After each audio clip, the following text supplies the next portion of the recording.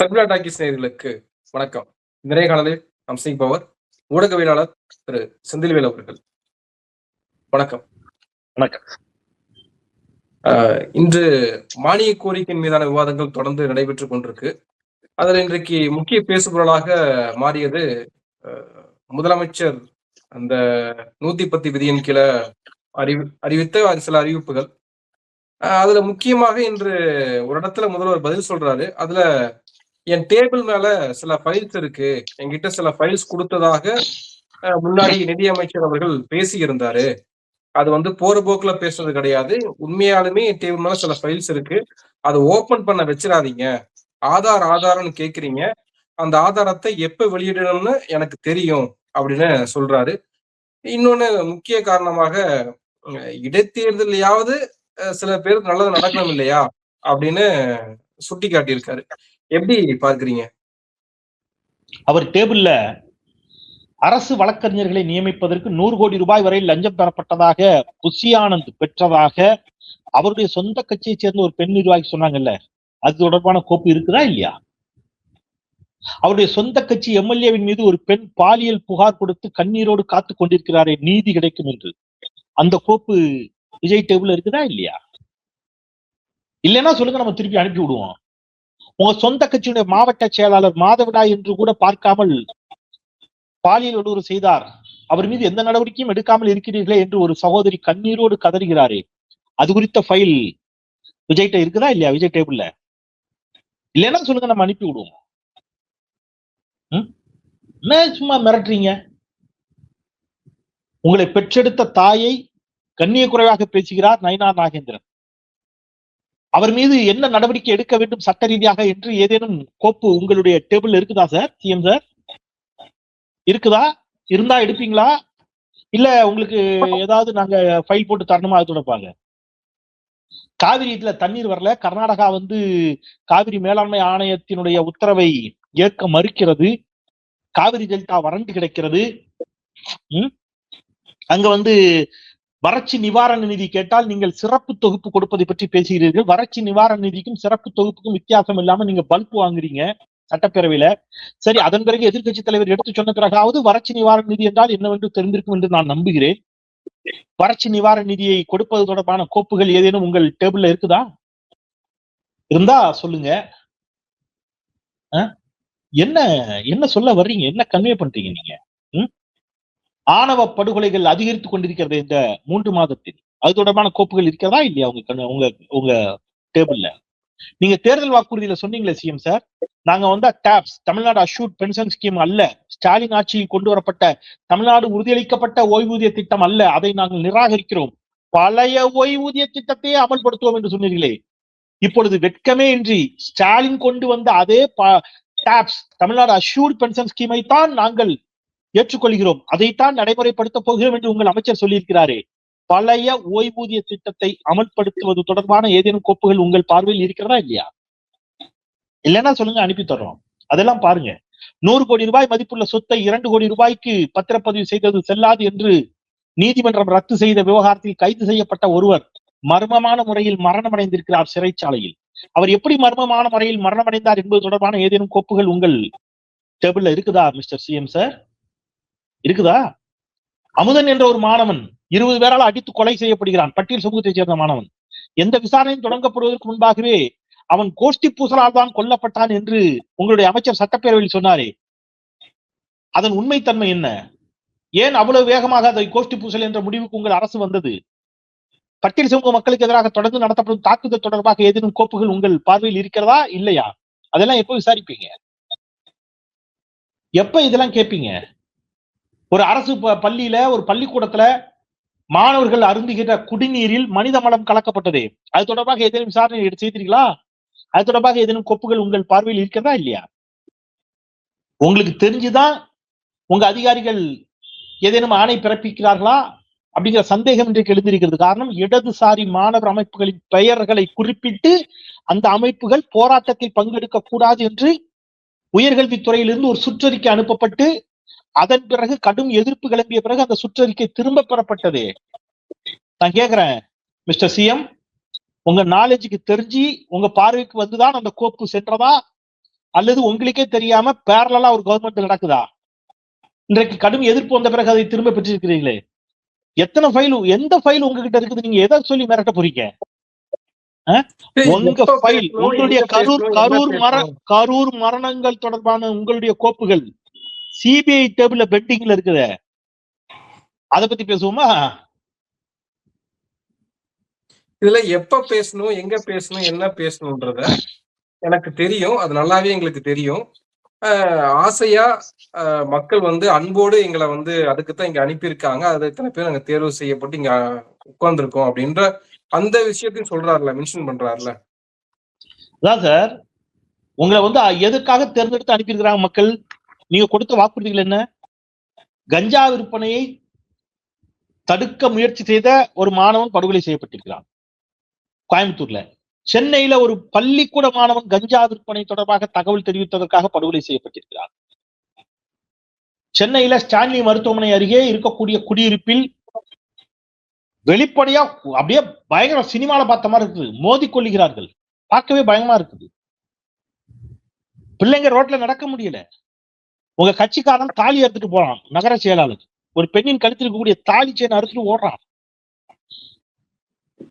என்ன நடவடிக்கை எடுத்துக்கிட்டு இருக்கீங்க? இது மேல எல்லாம் ஏதாவது ஆக்கப்பூர்வமான நடவடிக்கை எடுக்கிறீங்களா? நீங்க வந்து தமிழ்நாட்டு வேலை வாய்ப்பில் தமிழ்நாட்டு இளைஞர்களுக்கே முன்னுரிமைன்னு சொன்னீங்க. இன்னைக்கு என்ன பண்றீங்க? போக்குவரத்து கழகங்களில் வட இந்திய நிறுவனம், உத்தரப்பிரதேசத்தை சேர்ந்த நிறுவனத்திற்கு டெண்டர் கொடுக்கப்பட்டிருக்கிறது. அவன் ஹிந்திக்காரன் கொண்டு இங்க வேலைக்கு போட்டான்னா இந்த கோப்பெல்லாம் உங்க பார்வைக்கு வந்துதான் போச்சா இல்லையா? அம்பேத்கர் கல்வி உதவித்தொகை திட்டத்தின் கீழ்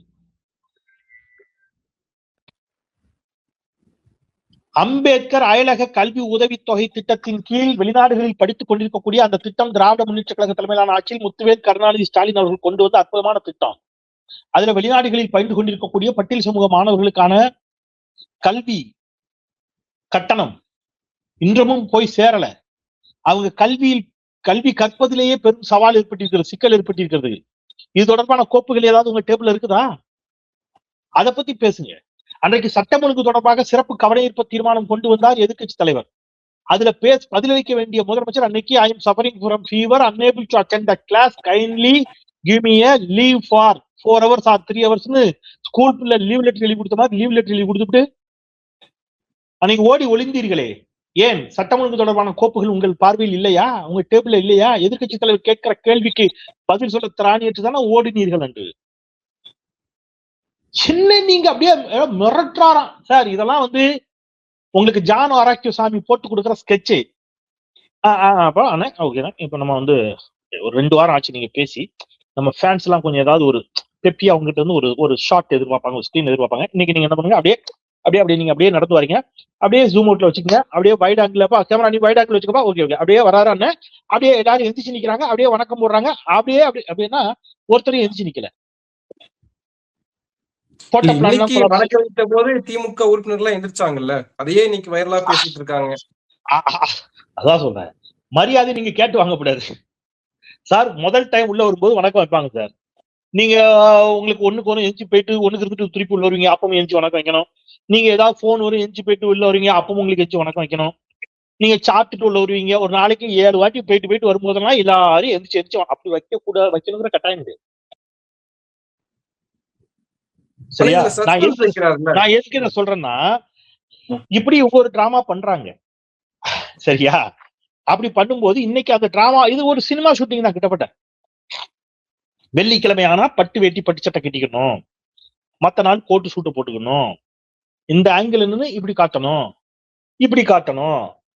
இதெல்லாம் அதுல ஒரு அந்த ஸ்கிரிப்ட்ல ஒன்று இது என்னது சார், இன்னைக்கு அப்படி போறீங்க கெத்தா, உங்க ஃபைல்லாம் என்கிட்ட இருக்குது, அப்படி அது கெத்தா சொல்றீங்க.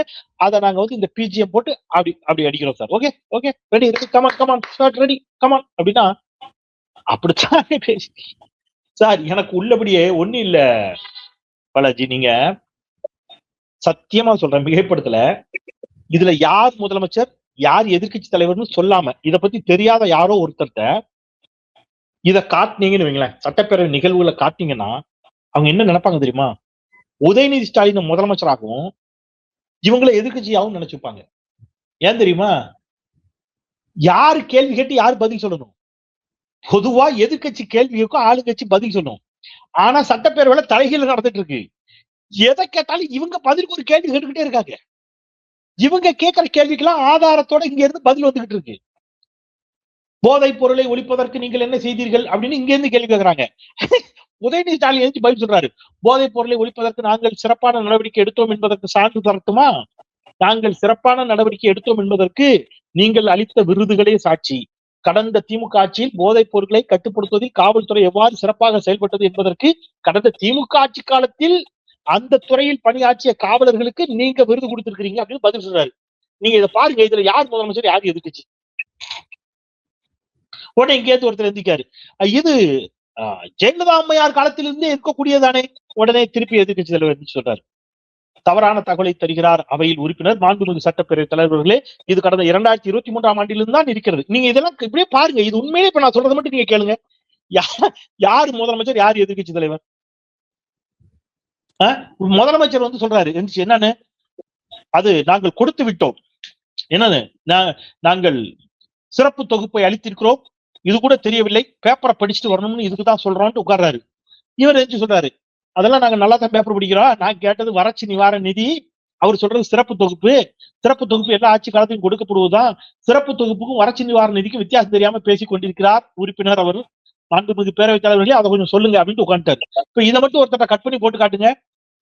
ஓ வெரி குட், யூ சிஎம் ஃபேண்டாஸ்டிக்மா. யாரா? உதயநிதி ஸ்டாலின் தான் சிஎம்மா. இதை மட்டும் நீங்க கட் பண்ணி போடுங்க. நான் சொல்றது எல்லாத்தையும் நீங்க ஃப்ரீக்வன்ஸா யோசிச்சு பாருங்க. யாரு நீங்க வந்து போதைப் பொருள் அப்படிங்கிறாங்க. ஓ இவர் எதிர்த்து கேட்கிறாரு, எப்ப உங்க அமைச்சர் ஒருத்தரே மாத்திரையை நுணுக்குனார பாக்குறாரு. இப்ப யாரு முதலமைச்சர் யாரு எதிர்க்கட்சி தலைவர்னு எனக்கு ஒரே கன்ஃபியூஸா இருக்கு. இவங்க பதில் சொல்ல வேண்டிய கேள்வி கேட்கறாங்க, அவர் போட்டு சாத்திட்டு இருக்காரு. ஆனா இன்னைக்கு இந்த என் டேபிள்ல வந்து என் ஃபைல்ஸ் இருக்கு, ரிவ்யூ பண்ண ஃபைல்ஸ் எல்லாம் இருக்கு, அது ஆதாரங்கள் இருக்குன்னு சொல்றப்போ அந்த ஆதாரங்களை உடனடியாக வெளியிட வேண்டியதானே? அப்போ ஒரு டைம்க்காக காத்திருக்கிறாங்களோ? ஒரு அவர் சொல்ற மாதிரி இடைத்தேர்தலுக்கு வெயிட் பண்றாங்களோ? அப்ப நான் என்ன சொல்றேன், இதே நீங்க யோசிச்சு பாருங்களேன். ஒரு குற்றம் நடந்திருக்கிறது என்பதற்கு உங்ககிட்ட ஆதாரம் இருக்குன்னா குற்றத்தின் மீது உடனடியாக நடவடிக்கை எடுப்பீங்களா? நான் எனக்கு தெரியும் அப்படின்னா இது அப்ப நீங்க பழி வாங்க புரியல. இது இப்படி பேசலாம், ஒரு முதலமைச்சர் இப்படி சொல்லலாமா? நாளைக்கு உங்க டேபிள்ல ஒரு கம்ப்ளைண்ட் வருது சார், ஒரு சட்டம் ஒழுங்கு பிரச்சனை தொடர்பா ஒரு அரசு ஊழியர் யாரோ ஊழல் செஞ்சுட்டாரு, லஞ்சம் வாங்கிட்டாரு, அல்லது உங்க கட்சிக்காரனும் ஏதோ ஒரு பெரிய கிரைம்ஸ்ல மாட்டிக்கிட்டான். நீங்க உடனே நடவடிக்கை எடுப்பீங்களா? இதே மாதிரி கூப்பிட்டு வெயிட் பண்ணு, உன்னை பத்தி என்கிட்ட ஒண்ணு இருக்கு, நீ என்னைக்காவது ஒரு நாள் நீ என்னை எதிர்த்து பேசுவேல, அன்னைக்கு இருக்குது அப்படி வச்சிருப்பீங்க. அப்ப அது வரைக்கும் அவனை தண்டிக்க மாட்டீங்களா? இதுவே தப்பு இல்லையா சார்? திமுகவாவே இருக்கட்டும், திமுகவுக்கு எதிராக உங்க கையில ஃபைல் இருக்குன்னா உடனே லீகலா என்ன செய்யணுமோ செய்யுங்க சார். அவங்க லீகலா ஃபேஸ் பண்ணுவோம் ரெடியா தானே இருக்காங்க. இல்ல ஒருவேளை இப்பயே நடவடிக்கை எடுத்துட்டா இடைத்தேர்தலுக்கு அது செட் ஆகாது, இடைத்தேர்தல் வரைக்கும் வெயிட் பண்ணி அதை பண்ணலாம் வெயிட் பண்றாங்களோ? இடைத்தேர்தலுக்காக வெயிட் பண்ணலாம், இடைத்தேர்தல் வரணுமே. இப்ப நீங்க போடுற கணக்க பாஜக போட்டுச்சுன்னா இதே மாதிரி திருறி மாப்பிள சரியில்லை, வரட்டும், பார்லிமெண்ட் எலெக்ஷன் பக்கத்துல வரட்டும், அல்லது இடைத்தேர்தல் வரட்டும், இந்த கரூர் வழக்க நான் என்ன பண்றேன் பாரு அப்படின்னு சிபிஐ சொல்லிச்சுன்னு வைங்க, உங்க குடிமை அங்க நிக்கல. இப்ப பாஜக கரெக்டா இடைத்தேர்தல் டயத்துல அல்லது நாடாளுமன்ற தேர்தல் டயத்துல சிபிஐ வழக்க எடுத்து விடுது, விஜய்க்கு எதிராக ஏதோ ஒண்ணு பண்ணுது, நீங்க என்ன பண்ணுவீங்க? இப்ப இது அரசியல்வாதி பேசுற மாதிரியா பேசுறீங்க? சினிமால இந்த வில்லன் வந்து ஹீரோக்கு சவால் விடுற மாதிரி இருக்கு. சினிமால வில்லன் தான் என்ன பண்ணுவான்னா அந்த கிளைமேக்ஸ் காட்சியில வந்து சண்டை போடுவான், அது வரைக்கும் விட்டுக்கிட்டே இருப்பான். பாத்திருக்கீங்களா? சினிமால கிளைமேக்ஸ் காட்சியில வேகமா அம்மாவையோ அல்லது காதலியையோ தங்கச்சியோ காப்பாற்றுவதற்கு ஹீரோ போவார். அப்ப வந்து வில்லன் குறுக்க மாட்டு வண்டியை கொண்டு வந்து நிப்பாட்டுவான், வாடா சண்டைக்கு, இப்ப வாடா சண்டைக்கு அப்படிமா. ஏன்னா அப்பதான் அவங்களுக்கு அந்த சீன் வந்து பரபரப்பா இருக்கும். அங்க வந்து அம்மாவை கட்டி போட்டிருப்பாங்க, அவங்க இப்படி இப்படின்னு இருப்பாங்க, பாம் வந்து அப்படியே டைமர் ஓடும் பாம்ல. இங்க வந்து வில்லன் வாடா சண்டைக்குமா, ஹீரோ வந்து சண்டை போட்டு எப்படியாவது போய் நினைச்சணும். இப்படி இந்த சினிமா தனத்திலேயே இருந்துதான் இந்த பதில் வருது. இது இன்னைக்கு வந்து சஸ்பென்ஷன் வச்சிருக்காரு, சஸ்பென்ஷனுக்கான கிளைமேக்ஸ் வந்து இன்னும் வெயிட்டிங்ல இருக்கு. ஒரு சஸ்பென்ஸ் கிடையாதுங்க, இது அரசியல் என்ன பெரிய சஸ்பென்ஸ். அதான் சொல்றேன், இதெல்லாம் pure cinema dialogue, pure cinema டைலாக்னு நான் சொல்றேன். சினிமாக்கு உகந்ததா இருக்கும், பார்த்து கொள்ளலாம் அப்படின்னு. வரலாறு இன்னைக்கு இப்படி இருக்குமா? நீங்க நீங்க நீங்க கடைசி வரைக்கும் நிரந்தர முதலமைச்சர் சொன்னா யாருமே நிரந்தர முதலமைச்சரா இருந்தது இல்ல. நான் எல்லாருக்கும் சொல்றேன், ஜனநாயகத்துல மக்கள் தாங்க எஜமானர்கள். அந்த மக்கள் தான் உங்களை நீங்க உட்காந்து வச்சிருக்காங்க. நீங்க ஆடுறீங்க, மக்கள் தூக்கி உங்களை தூர வீசிட்டு திருப்பி ஆட்சி மாற்றம் ஏற்படுத்தின பொழுது அவங்க இதே மாதிரி கோப்புகளை உங்களுக்கு எதிராக வைப்பாங்கல்ல, அன்னைக்கு தெரியும். இன்னைக்கு இந்த 110 விதியின் கீழே கொண்டு வந்த சில சிறப்பு திட்டங்கள், அதுல வந்து வட சென்னைக்கு 300 கோடி ரூபாய் செலவுல 400 படுக்கைகள் கொண்ட ஒரு பன்னோக்கு மருத்துவமனை கொண்டு வர போறோம் அப்படின்னு சொன்னது. அது இன்னைக்கு வன்னியரசு முதல் கொண்டு சில இடங்கள் நிறைய பேர் பாராட்டி பேசியிருக்காங்க. அது எம்எல்ஏக்களுக்கு வாகனங்கள் கொடுக்கறதுல இருந்து அதுக்கான செலவினங்கள் குறித்து எல்லா விஷயங்களும் குறிப்பிட்டு பேசினாங்க. ஆனால் பைபிளை விட சிறப்பாக, வசனங்களை விட சிறப்பாக செயல்படுகிறார் முதலமைச்சர்னு இன்னைக்கு வன்னிய அரசு புகழ்கிறார். எப்படி இது இந்த திட்டங்களையும் எம்எல்ஏக்களுடைய புகழுரையும் எப்படி பார்க்கிறீங்க? இல்லங்க, அவங்க இன்னைக்கு கூட்டணியில இருக்கிறாங்க, அதனால சொல்றாங்க. நல்லது செஞ்சா பாராட்டலாம், ஒண்ணும் தப்பு இல்ல. ஆனா நான் என்ன கேட்கிறேன், அதே வட சென்னையில கொளத்தூர்ல நீங்க வந்து மிக பிரம்மாண்டமாக தந்தை பெரியார் பெயரில் ஒரு பன்னோக்கு மருத்துவமனை செயல்பட்டு கொண்டிருக்கிறது ஆல்ரெடி. ஒண்ணு புரிஞ்சுக்கணும், நீங்க இவர் சொல்ற பெரம்பூருக்கும் அதுக்கும் ரொம்ப பக்கம், வெரி நியர். அப்போ நீங்க உங்க தொகுதி பெரம்பூருங்கிறதுனால நீங்க அங்க கொண்டு போய் ஒண்ணு நிறுவனம் நினைக்கிறீங்க. அங்க ஏற்கனவே கொளத்தூர்ல ஒரு பெரியார் மருத்துவமனை ஏற்கனவே இருந்துச்சு. அந்த பெரியார் மருத்துவமனையை பன்னோக்கு மருத்துவமனையாக தரம் உயர்த்தி மிக பிரம்மாண்டமாக கட்டி முடித்து மக்கள் பயன்பாட்டுக்கு ஏற்கனவே கடந்த திமுக அரசு கொண்டு வந்துருச்சு. இப்ப நீங்க 300 கோடி ரூபாய் செலவுல சில கிலோமீட்டர் தூரத்துல அதே மருத்துவமனை வைக்க வேண்டிய கட்டாயம் என்ன? அந்த 300 கோடி ரூபாய் செலவுல உள்ள மருத்துவமனை நீங்க என்ன செய்யலாம், கொஞ்சம் வேற ஒரு இடத்துல வைக்கலாம்ல. மக்களுக்கு தேவைப்படுற இன்னொரு இடத்துல வைக்கலாம், நீங்க வைக்க கூடாதுன்னு நான் சொல்லல. நீங்க யோசிச்சு பாருங்க, இந்த பக்கம் ஓமந்தூரார் மருத்துவமனை, அது ஓமந்தூரார் மருத்துவமனை கிடையாது, அது தலைமைச் செயலகமாக கலைஞர் கட்டினார். ஜெயலலிதா அம்மா வன்மத்தின் காரணமாக நீங்க கட்டுற தலைமைச் செயலகத்தில் நான் போய் உட்காரணுமான்னு கொண்டு போய் அதை மருத்துவமனையா மாத்திட்டாங்க. தமிழ்நாட்டுல ஒரு பையா அதை கேட்க மாட்டான். சரி விடுங்க, அது வேற சப்ஜெக்ட். சரி, இப்ப அங்க ஒரு ஓமந்தூரார் மருத்துவமனை இருக்கு, கொஞ்சம் தள்ளி ராஜீவ்காந்தி மருத்துவமனை இருக்கு, இந்த பக்கம் ஏற்கனவே பெரியார் பன்னோக்கு மருத்துவமனை இருக்கு. இந்த மூணுக்கு நடுவுல இப்ப 300 கோடி ரூபாய் இன்னொரு மருத்துவமனை, இதுல கிண்டியில ஏற்கனவே கலைஞர் பன்னோக்கு மருத்துவமனை இருக்குது. அப்ப நான் என்ன கேட்கிறேன், கிண்டி கலைஞர் பன்னோக்கு மருத்துவமனை திமுக ஆட்சி காலத்தில் கொண்டு வரப்பட்டுச்சு. அங்க வந்து பெரியார் மருத்துவமனை திமுக ஆட்சி காலத்துல கொண்டு வரப்பட்டுச்சு. தலைமைச் செயலக திமுக கட்டிய கட்டடத்தை மருத்துவமனையா மாத்திக்கிட்டாங்க ஜெயலலிதா அம்மையார், அதுவும் திமுக கட்டினதுதான்.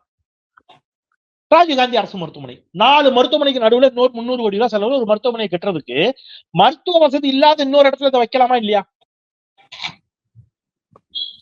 அப்ப இது புரியுதா உங்களுக்கு? இதுல என்ன இருக்கு? அவ்வளவுதான். இவங்களுக்கு வந்து இதெல்லாம் சிந்திக்கிறதுக்கு தான் ஒரு அரசு, இதை சிந்திக்கணும். அதை விட்டுட்டு ஏதோ சிந்திச்சுட்டு இருக்காங்க. நமக்கு இந்த எம்எல்ஏக்களுக்கு கார் கொடுக்கறது மூலமாக அவங்களுக்காக ஆகக்கூடிய செலவினங்களை அரசே பொறுப்பு இருக்கிறதன் மூலமாக லஞ்சம் குறையும், பணம் வெளியில வாங்க மாட்டாங்க. இப்போ சமஸ் அவர்களுடைய கட்டுரையில கூட குறிப்பிட்டிருந்த தலையங்கத்திலேயே அது இருந்துச்சு. அது குறிப்பாக ஊழல் ஒழிப்பினுடைய முதல் அடியாக விஜயனுடைய ஆட்சியை அவர் குறிப்பிடுறாரு. அதெல்லாம் இன்னைக்கு சட்டமன்றத்திலேயே மேற்கோள் காட்டப்பட்டுச்சு. எப்படி அதை பார்க்கறீங்க?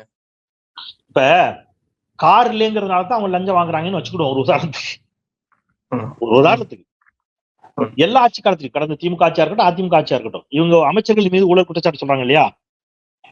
எல்லா ஆட்சி காலத்திலும் சொல்ற திமுக அதிமுக அமைச்சர்களுக்கு பெரிய பங்களா அரசு கொடுக்குதா? அமைச்சர்களுக்கு கார் யார் தான் கொடுக்கா? அரசு தான் கொடுக்கும். காருக்கு டிரைவர் அரசு, அதுக்கான எரிபொருள் அரசு, மெயின்டெனன்ஸ் அரசு. அப்ப கவர்மெண்ட் தான் அமைச்சர்களுக்கு கார் கொடுக்குது, வீடு கொடுக்குது, OAPA கொடுக்குது, போலீஸ் ஆபீசர் செக்யூரிட்டி கொடுக்குது. இவ்வளவு எல்லா ஆட்சி காலத்திலும் கொடுக்கப்பட்டுச்சு. அப்ப எந்த அமைச்சரும் ஊழல் செய்யல. சார் இது கலர் ஆரியில் விடுறீங்கிற மாதிரி பாராட்டணும் முடிவு பண்ணிட்டா பாராட்டலாம். சட்டப்பேரவையில் பாராட்டியதை நீங்கள் குறிப்பிட்டீர்கள், இல்லைன்னு சொல்லல.